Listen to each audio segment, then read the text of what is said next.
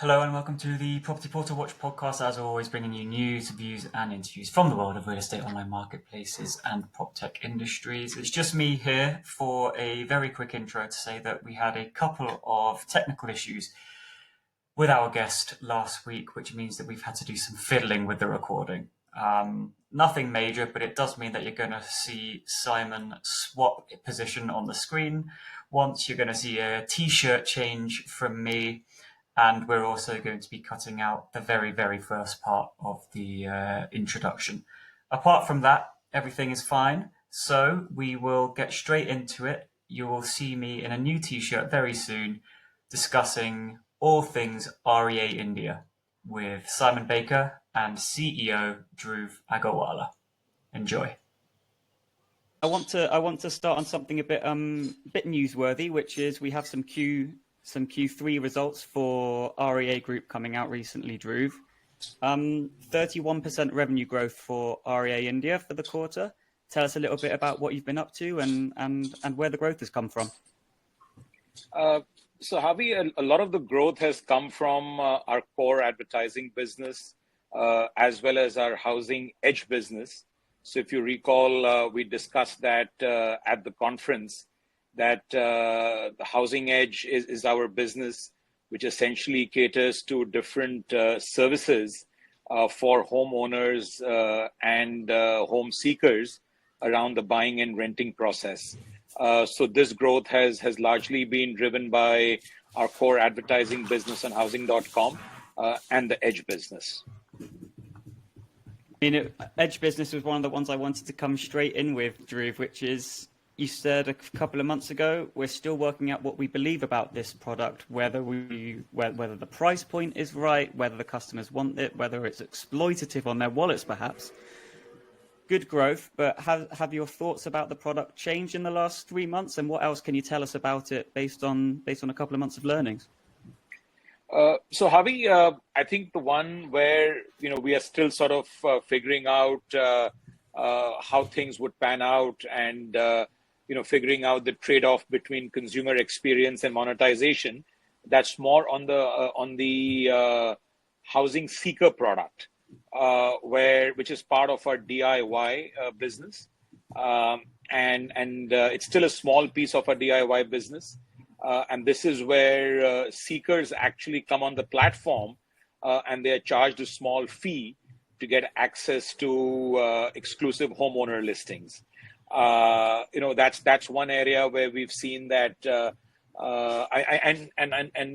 we discussed this again at the conference, that Scout24, I think in Germany, has begun to monetize seekers, and they've built a nice revenue stream out of that. We also have a belief that fundamentally over a period of time, this can be an interesting revenue stream. But we do see certain challenges on the consumer experience side, where many consumers are like, look, why should you pay us, or why should you charge us to get owner listings when other platforms out there are providing listings for free? So that's sort of the trade-off, we are sort of still figuring out on the specific home seeker business, which is part of our DIY business line. As far as the edge piece is concerned, there I think we've sort of are firmly sure of the product lines we have on offer. Our star product there is pay rent on credit, where tenants can pay landlords their monthly rent through our platform. So that's done well for us. Besides that, we also have personal loan services for customers who want to borrow money for home improvement. We also have insurance for people who are taking rent or rather paying rent, or who are tenants, in case something were to happen to them and they were unable to pay rent for a month, they get covered by that insurance. Some of these products have done well for us on the edge side. Perfect. I have one more question before I hand over to Simon, which is just a very quick one, Dhruv. Is this a unique product in the Indian market? Is this something that only you are offering at the moment, or is this something that the competitors are perhaps also running? So as far as the pay on credit is concerned, a couple of our competitors are running it, both who are in the real estate space, as well as there are competitors who are sort of broader fintech players who also offer this service. So in that sense, it's not something which is unique. As far as seeker monetization is concerned, again, this is something a couple of our competitors have tried. So again, something which is not unique, to be very honest. Dhruv, I'd like to take a bit of a step back because we're quite familiar with your business, and clearly you're super familiar. But many of the listeners may not be familiar at all. So perhaps you could give us a bit of an overview of the businesses that make up REA India. Sure. So Simon, when very quickly, a bit of history as well. We started PropTiger back in 2012, and in 2015 we acquired Makaan.com, and then in 2017 we acquired Housing.com.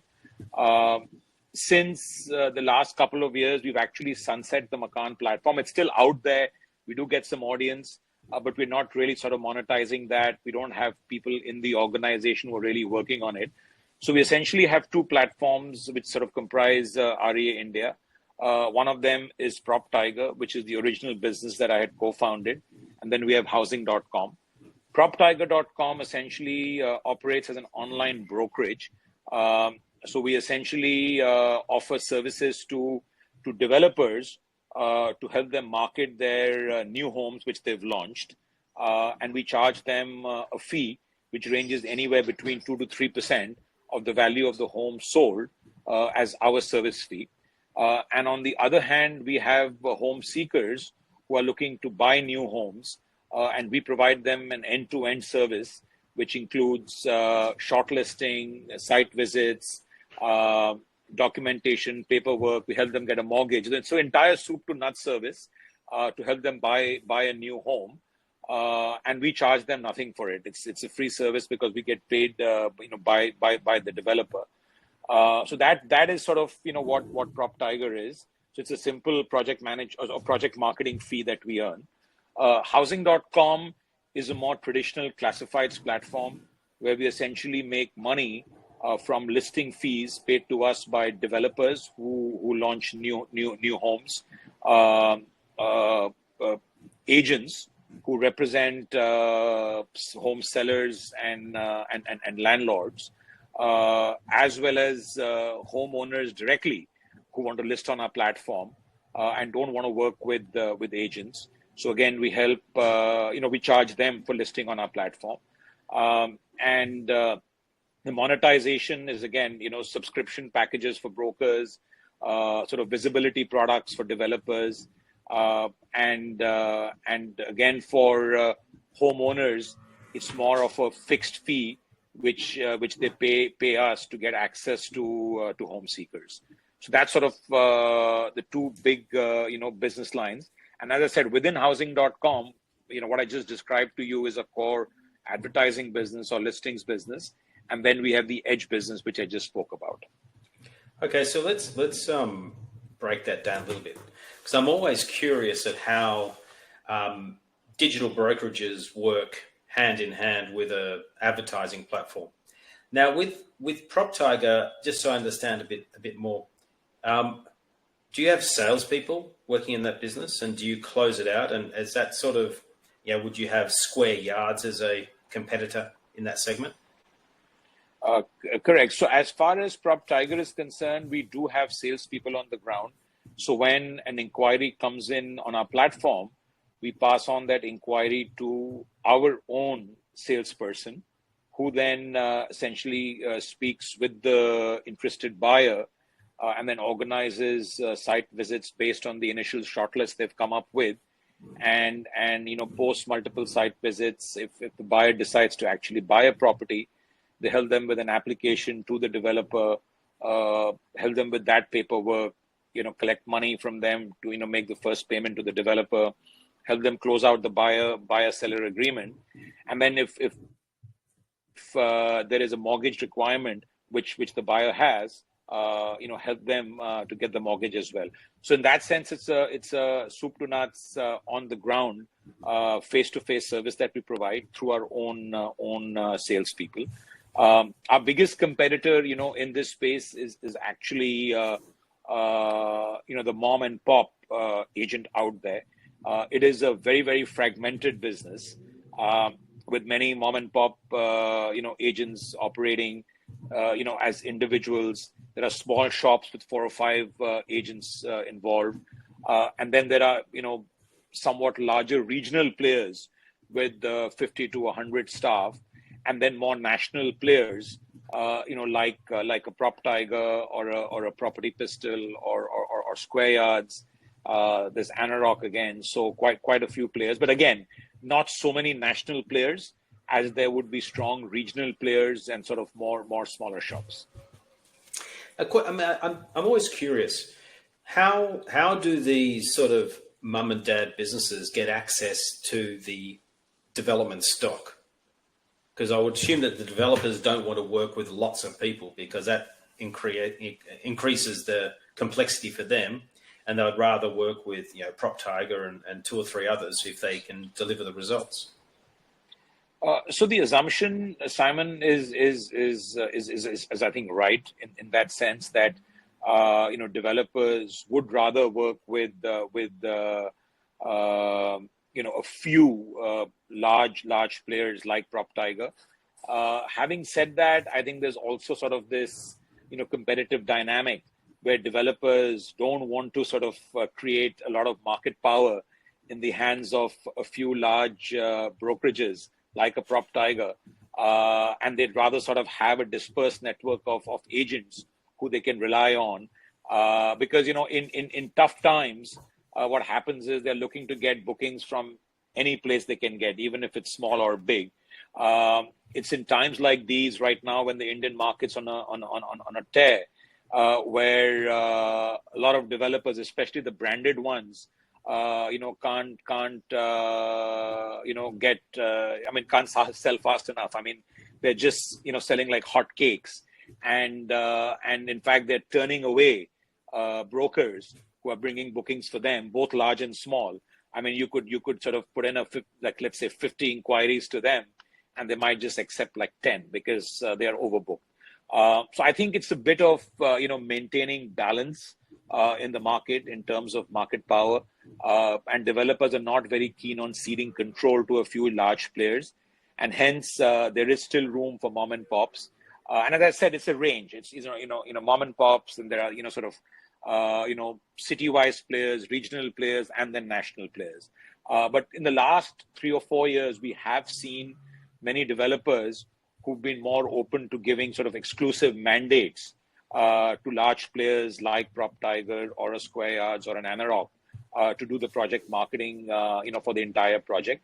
But that was more, I would say, in a market where sales were harder to achieve, and hence they wanted someone to kind of really put a lot of resources behind the development and sell. But in today's market, when it's much easier to sell and demand is far outstripping supply, in a market like this, the need for developers to give exclusive mandates is lesser because there are plenty of brokers out there willing to sell on their behalf. So I think it's a dynamic which depends on just which part of the cycle you're in. Yeah, which makes a lot of sense. One of the things I'm always curious about is how big sales teams get. When you talk to the guys at GUI, IQI, and Georg Schmiel there will talk about his 20 or 30,000 salespeople. The KE Holdings, or was it Baker?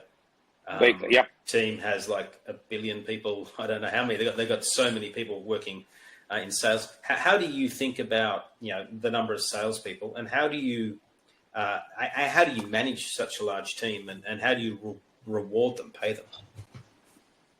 Look, that's always been a question, Simon, in the sense that are these businesses fundamentally non-linear?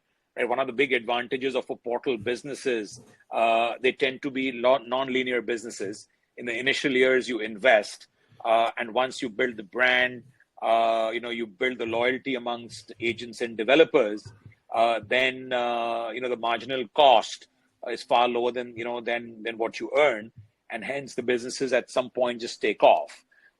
Brokerage businesses tend to be more linear. You keep adding people and you keep sort of earning revenue. Suddenly you won't find an agent or a salesperson who works on your team go from doing 1 booking a month to like 20 bookings a month. It's very, very hard to get that kind of productivity jump. So in that sense, it does become a more linear business with sort of economies of scale hard to get, because you need to get more and more people as you need to grow revenues. And at a certain point, it does become hard to manage, because when you have thousands of people running around the country, in a market like India, which is a very disparate, large market, it is a challenge. And my belief is, beyond a certain scale, you do start to see diseconomies of scale, because management just becomes a headache. Yeah. How large is your team? So our team on the PropTiger side, Simon, is about 300 odd people. So we managed to run the business, with a smaller team.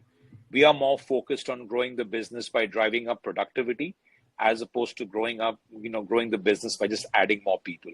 Because fundamentally, I believe that's the right way to do it. And so one can provide sort of the right CRM tools, an application which allows brokers to stay in closer touch with customers, have sort of bookings online, scheduling online, to make it more sort of tech enabled, to allow brokers to do more number of units per broker, and that's what our model is. Maybe grow the business at a more reasonable pace, but ensure that it's done in a more non-linear fashion than in a linear fashion by just adding more people. No, I actually agree with that approach. I mean, I've been involved in many of these sort of businesses, and the challenge is you either go down the path of truly a technology-enabled brokerage, rather than one by name. Okay, sort of like that's right. AI onto everything, even though there's no AI in the business. So exactly. So either you do go down the path of being a technology-enabled brokerage, which means you think through every step of the process and how can I make this as efficient and as effective as possible, or as you start to get sales and start to get momentum, you just sort of throw human beings at the problem, and you never actually get a chance to catch up on the technology, because you're firefighting problems with 1,000, 2,000, 5,000 salespeople, probably contracted. It's not contracted, sorry, on commission only.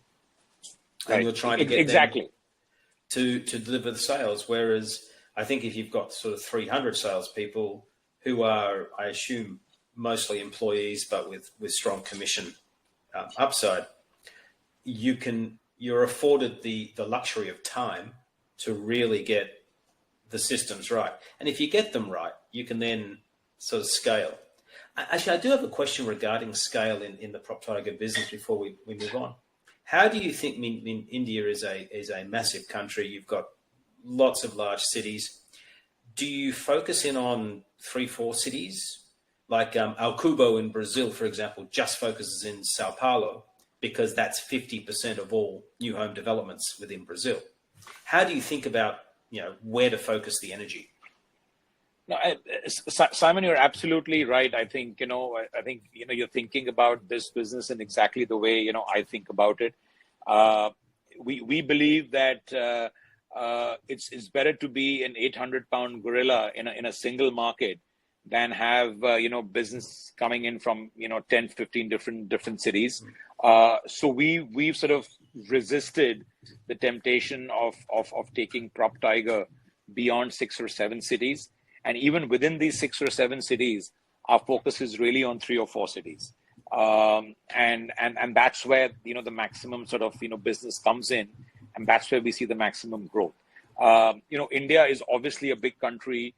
We are seeing growth happening now, beyond the top 7 cities. Housing.com actually is not only in the top 8 cities, but we also are in 13, tier 2 cities, as we'd like to call them. But that's, as I said, it's a much more non-linear business. You can sort of amortize your marketing costs, your branding costs. Audience comes in at a pan-India level, so it makes sense to be in multiple cities. But in PropTiger, to be in multiple cities means you have to create an on-the-ground operation in every city, which again means more cost, dispersion of management bandwidth, management attention. So we do believe the right way of doing it is to focus on a few cities and try and become meaningful and large in those cities. Yeah, I agree completely. I'm curious about how does PropTiger interact with housing.com? How's that relationship work? Is it purely as almost like a customer, or is there some tighter integration? So we basically Simon kept it at arm's length, and there is a strong Chinese wall between the two businesses.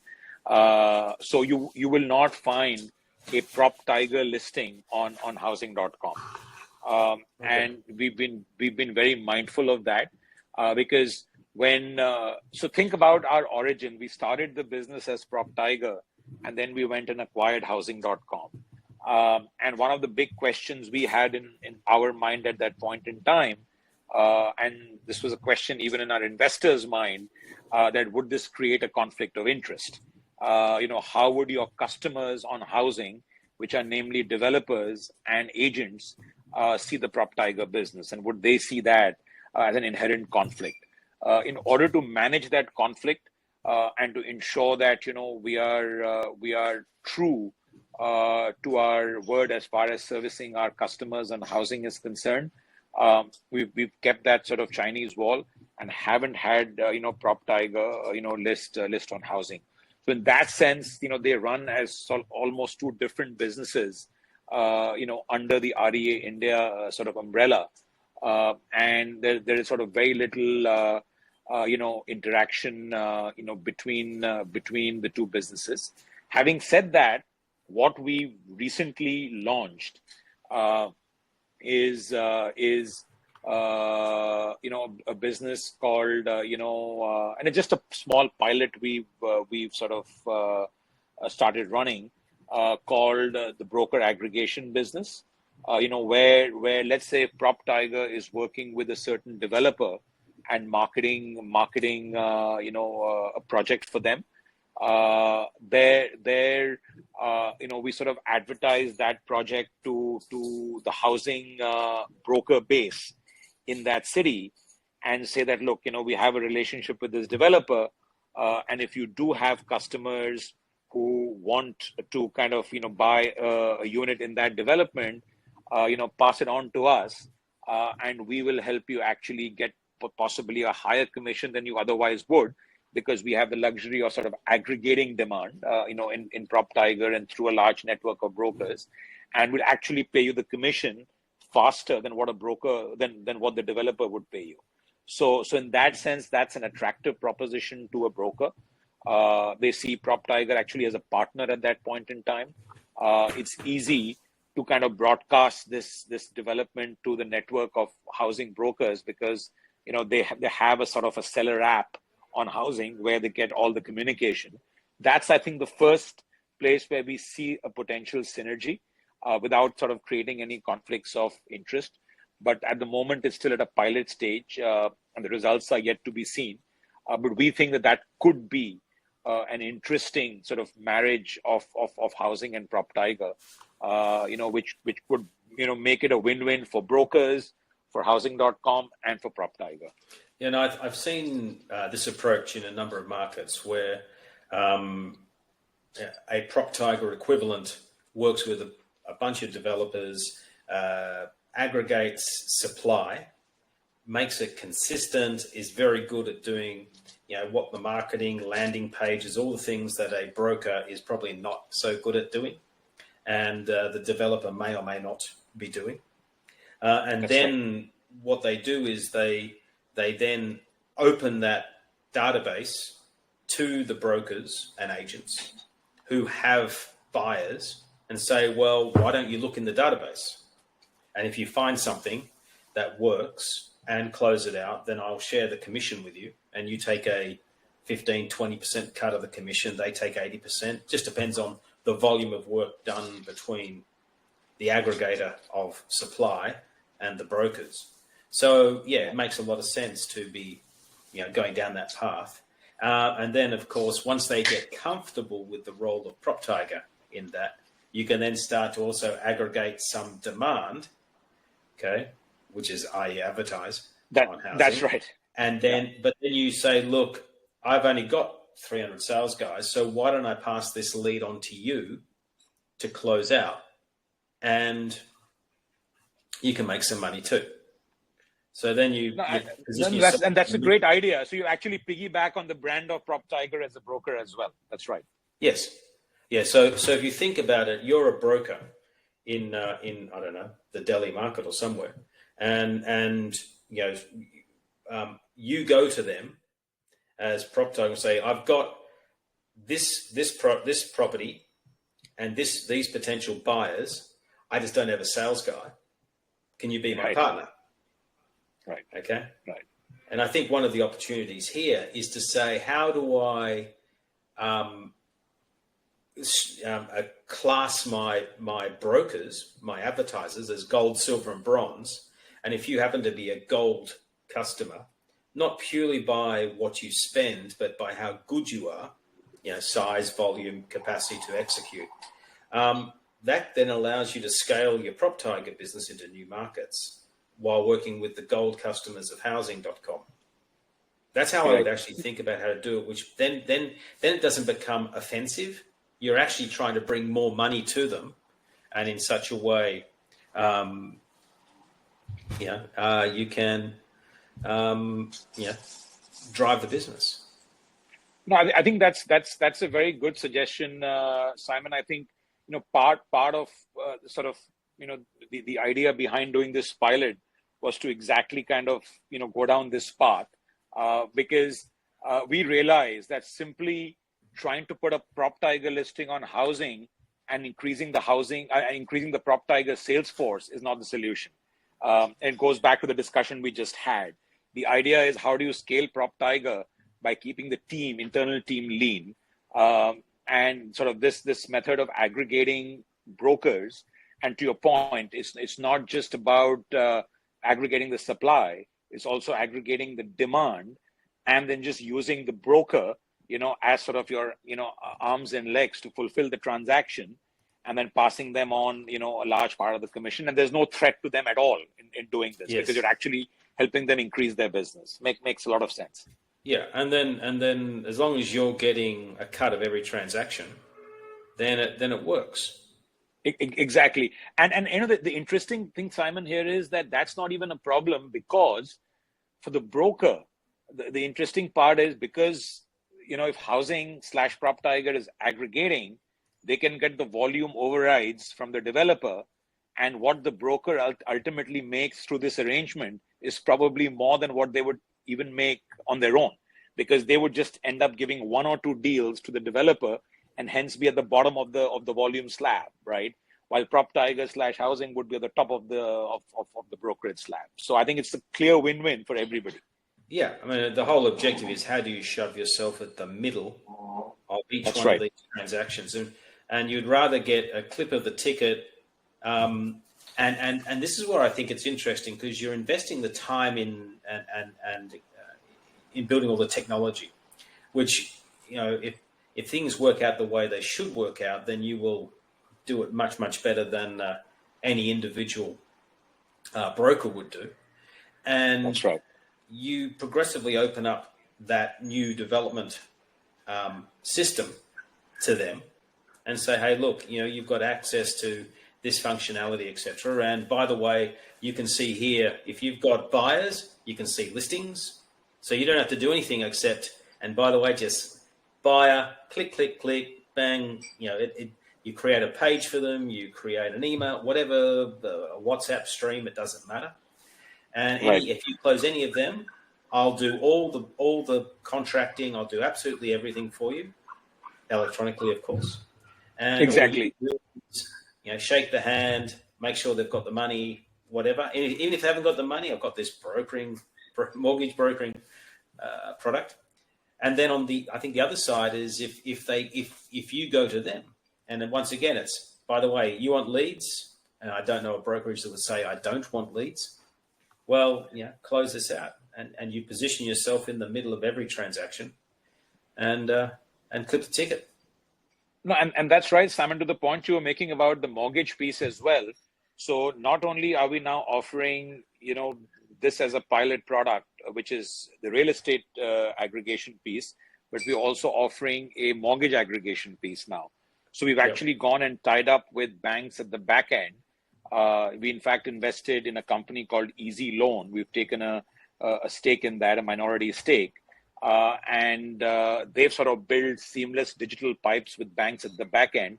So now sellers, or brokers, essentially on their app, see a nice sort of flow where when they are closing a transaction with a customer, if the customer actually has a mortgage requirement, they can pass on that requirement through the seller app on housing, which then gets sort of passed on to the Easy Loan pipe and goes to the bank, and then they can get a status update on approvals, everything all in real time. So that's another sort of, going by one of our strategic pillars around doing more for our customers. We've introduced this as well. So once you start actually allowing your customers to make more money, not just on their core business, which they do, but around other stuff, then I believe the stickiness with the platform becomes much stronger. And then that starts to give you a competitive edge over your competition, in the traditional business. So you're right. I think this is sort of the direction, we are headed in, with a broader suite of products. I think, Dhruv, what would be interesting to understand about REA India is what are and given you've got businesses that span, everything from transactions through classifieds itself. What are the 3 or 4 big challenges that you face? What keeps you awake at night? So Simon, one of the things, obviously, which especially on the housing.com side, which keeps me awake is the fact that we are still in a very, competitive market. We do have, 99 acres, Magic Bricks as strong competition. While we've done a fantastic job in the last 4 years of taking away market share, getting to number 1 in terms of audience, getting to number 1 in terms of, brand awareness. I still think that the market is still very competitive, and we are not a clear number 1 just yet. And we need to figure out, the right way of sort of breaking out of that competitive set. We believe that, we have the right strategy in place, which has worked well for us over the last 4 years, which has gotten us to where we are. And we believe that by doing what we are doing, we will be able to break out of this sort of competitive crowd, and, emerge as a clear leader. But it will take time, and we just don't know, how long. And that's something obviously which keeps me up, because we've seen that, right? I mean, you know that extremely well, and we've seen that with REA, that once you become a clear number 1, and are almost 2x or 3x of your nearest competitor in terms of audience, then you do get a disproportionate share of revenues and profits. So that's something which keeps me up. That how do we, as quickly as possible, sort of break out of this competitive pack, and get to a situation where we are at least 2x, of our nearest competitor in terms of audience, which then allows us to monetize better and get a disproportionate share of that revenue pool and profit pool. That's one thing which I'm sort of always very mindful of, and which keeps me up. On the PropTiger side, it is a fragmented business, as I mentioned to you. And sometimes in the minds of the buyer, the home buyer, they're really buying the product, right? The end product, which is the developer brand, which takes precedence over the brand of the agent. And our endeavor is to say, look, we are a tech-enabled brokerage. We will provide you with better service, and the experience we provide you will distinguish us from any other agent out there. But that's a much easier sell once we're actually transacting or working with the customer, but harder to communicate otherwise. So that's sort of, a challenge. And how do we distinguish ourselves at PropTiger from a much larger set of competitors? If housing, we're talking 2 or 3. PropTiger, we're talking about being in an extremely fragmented business, and distinguishing ourselves there is always a challenge. Having said that, I think what's sort of really exciting, Simon, and which kind of makes every minute I spend on this business worthwhile, is the size of the prize. I think the Indian market is provides a big opportunity. I think we are today where China was probably 15 years ago or maybe 20 years ago. A huge runway, a lot of interest from foreign investors in the market. We are seeing an economic, the first 9 months of this financial year, which just went by in India. In India, the financial year is sort of April to March. The first 9 months saw over 8% GDP growth. So for an economy which is more than $3 trillion, a growth rate of 8% plus is extremely exciting. I think we have political stability, in the central government level. We have elections around the corner, and there is an expectation that the current government will come back. I think that makes for a very exciting, next 10 years in terms of the opportunity that lies ahead of us. So I think it's not going to be easy as far as the competitive dynamic is concerned, because everybody sees the size of the prize the way I see it and the way we see it. So I think there will be a lot of interest amongst the existing players. I'm sure the opportunity will also attract more players to come into the market. So we don't see the competitive environment becoming easier anytime soon. So it's really up to us to see how do we reimagine the market and do things differently, sort of break out of the pack. We think we have a great strategy in place, and we are very confident that we'll be able to do that. When we think of those sort of two things, one is it's much easier for someone to become a competitor to PropTiger than it is to housing, for the obvious reason that it's, customers are relatively transient, in that your developers stay relatively stable, but your buyers keep changing. That's right. And therefore, as long as you've got a strong and the developers will work with anyone who's professional, because you've already told us they want to keep they don't want to have you guys to have too much power, so that your 2 to 3% goes to 4 to 5%. They don't want to be in that game. So if I turned up tomorrow with a PropTiger 2, model, I'd have they'd give me content, and then it's just about how I build a brand in the market and what that brand stands for. So PropTiger equals, is it the best deals, and so on. There must be something that you're working through, how to communicate that, and really, I think that what works to your benefit is you work in those a limited, I think sort of said basically 6 to 7 cities, but really 4 or 5 that matter. That's right. It gives you a much better chance to build a brand in those markets. No, and you're right, Simon. And our focus on PropTiger is all around trust. We talk a lot about the fact that we work only with developers who we believe are the right developers. Because look, when the market's on a tear like we have in India today, and we've seen this happen in the past as well, there are many fly-by-night operators who also come in and are able to sell stuff which may or may not actually see the light of day or actually be completed or be delivered as per promise. So it's very, very important that we also work with developers who we are confident, can deliver the right product and sort of fulfill their promises. So I think that message of trust, that PropTiger can be your trusted partner in identifying the right developer and the right property, I think is a very strong proposition and a strong message. And I think if we can get that message right in a few markets, I think this business has a lot of potential. Yeah, so it seems to me that you have to work very hard on the PropTiger front to not so much about competition, but just to grow the business and get to, if you can get to 5% of a market using you, that's good outcome. Okay, exactly right. Yep. Whereas when you look at the classifieds business, and that's a case of very small numbers of players, 2, 3, 4, or whatever, I would be less worried about a new entrant, because we've seen time and time again around the world new entrants fail because it's just. I don't know how old housing.com is, but I'm sure it's 10, 15 years old. I assume it's quite old.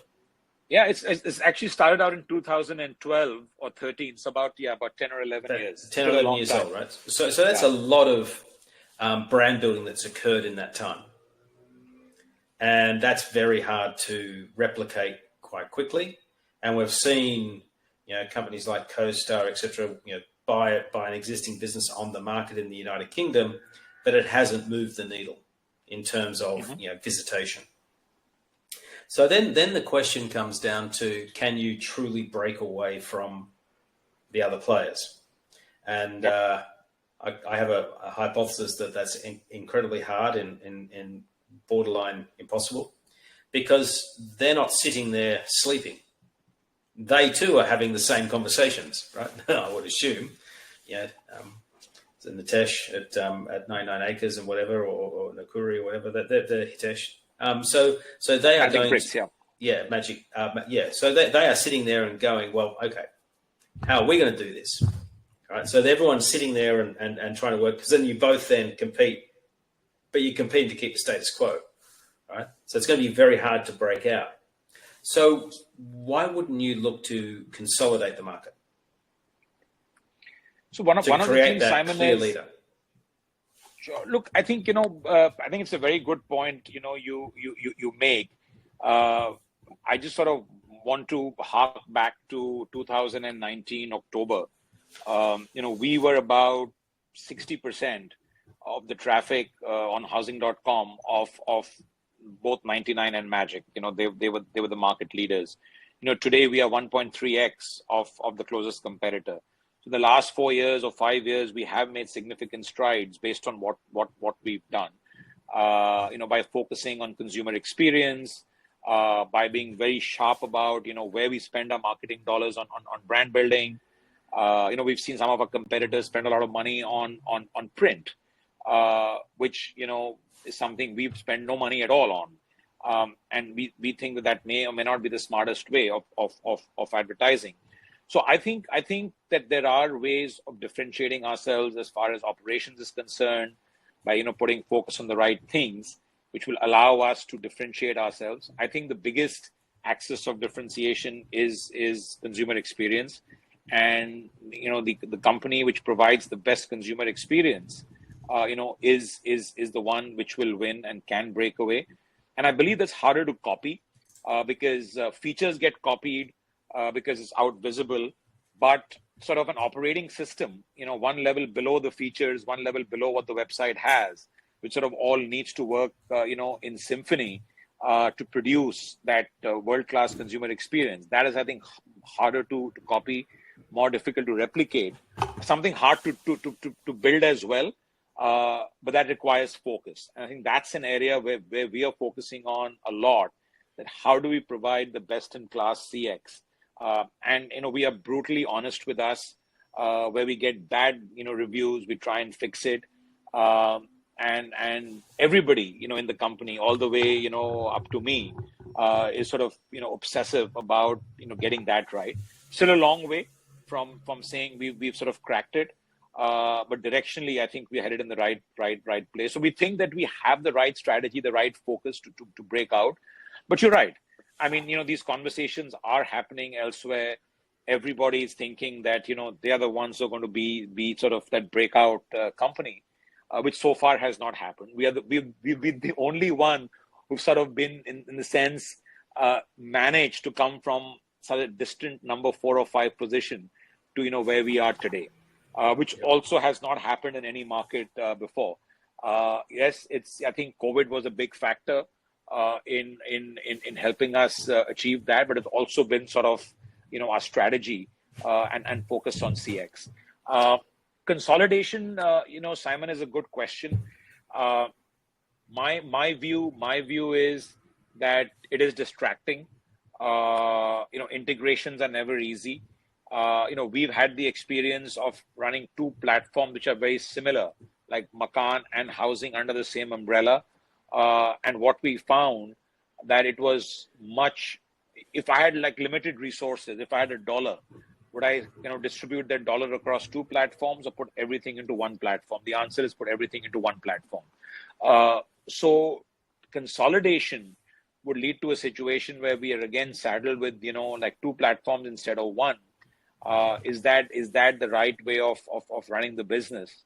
I'm not quite sure. So it is one of those conundrums, where consolidation seems like the logical answer to solve this problem of a competitive market. But at the same time, does it solve a problem? I don't know. Because how do you sort of run two brands? How do you resource the two brands? Do you actually buy, or do you actually consolidate to kill a brand?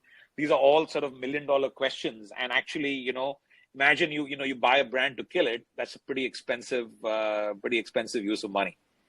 Yeah. So just some history. The good news about being old is you've seen a lot of things, and there are some instances of people coming from distant number two or number three to being at least equal number one, if not marginally number one, or marginally behind. One is in Brazil, and I'm just going to talk big markets to make life easy for you, where Viva Real did it. And they became basically equal in size to Zap.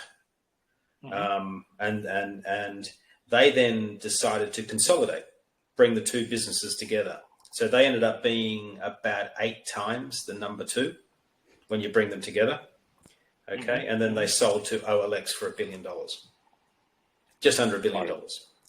So that story, the story of, A coming from distant, has happened before. It also happened in Italy with Immobiliare taking on Casa. I should know because REA used to own Casa. Okay, and saw it go from number one to number two, or then number three, which is quite an interesting feat. And so that's usually because the market leader gets distracted. And in both those cases, Casa got distracted because it got literally buried under bureaucracy. Because I know the history of that one quite well. And then the one in Brazil is actually a similar story because it was also owned by Zap was owned by Globo. Globo being the Murdoch equivalent or the News Corp equivalent in Brazil, and it was buried under bureaucracy while the nimble competitor in Viva Real was able to grow to be equal number one. I think it was like a 52% split of the market between the two. And then they merged. And then in that learnings in the merger is actually you can do it. You can merge two large businesses. We're not talking about little businesses, we're talking about large businesses in Brazil that were successfully merged. A lot of headaches along the way, a lot of learnings. But and did they retain both the brands, Simon? Or yes, they retained both brands, but because they worked out very quickly. So there's two ways to think about it. It's a good lesson for anyone listening. You retain both brands because brands have history, and history is buried not only from a Google perspective, but into your consumer perspective. Okay, it's in the mindset. So some people like brand A, some people like brand B. Okay, and there's another example of where that happened with Zillow and Trulia. Zulia, right? The two example two, right? And then what Grupo Zap, which was Zap and Viva Real, chose to do is, A, they would keep two brands. B, they would put the marketing. They would both then have their own SEO strategies. Okay, so two SEO teams doing that, just so that you got some competition on SEO. You then put your discretionary marketing dollars behind one brand, which was the Zap brand, because that was a bit more premium than the other one. Okay, and that was where the agents were paying a lot more than the other. And then you, from an advertiser perspective, is you bundle it. You don't give your advertisers a choice. you now pay one price, which happens to be more, to be on both. Okay, because you're getting bigger market. The actual playbook is simple on how to do it, right? The strategy is simple. It's just execution is always the pain in the ass when you do these things. That's right.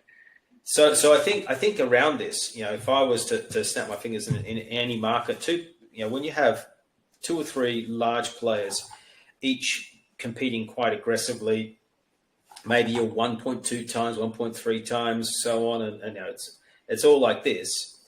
Consolidation is a much better answer than trying to get back to your point earlier. Whereas when you're 3 times your competitor, like REA and Domain or Rightmove and Zoopla, you have far more pricing control, and you get as you said, you get a disproportionate amount of value. So if I was in your shoes, I would be seriously thinking about how do I lead the consolidation of the market, and I think the execution falls out quite neatly, and how to do it. But it's just like all these things. It's getting the people in the room who have the desire to do it and who can see the outcome, and then of course, how do you split 100% right, between people? Look. I think food for thought, Simon. I think I need to have this conversation with you offline as well, a slightly longer conversation. But but really, thanks for the input. It's always good to think about it. It's something which always crosses our mind. We get asked this question every time, and it's the right question to ask. Why not consider consolidation? And the way we've thought about it is, of course, the execution is non-trivial, as you pointed out as well. But it's good to hear that there is sort of an existing playbook out there, where in a market which is sort of similar in size to us, it has worked. So we'll definitely sort of go back and look at what happened in the Brazil market more closely, and maybe sort of connect with you offline to kind of hear more about it. So thanks for the suggestion. There you have it, ladies and gentlemen. Real-time strategizing. You heard it here first. REA India to consolidate the entire market in the next 12 months. That's my bet. Journalists. There you have it. I got the inside scoop. The good news is, ladies and gentlemen, we're about to have a part 2. So we'll rejoin you and we'll have another episode for you very shortly. So for now, Dhruv Agarwala from REA India, thank you very much. Thank you, Harvey. Thank you, Simon. Okay, thank you. Ciao, and we'll see you in part 2.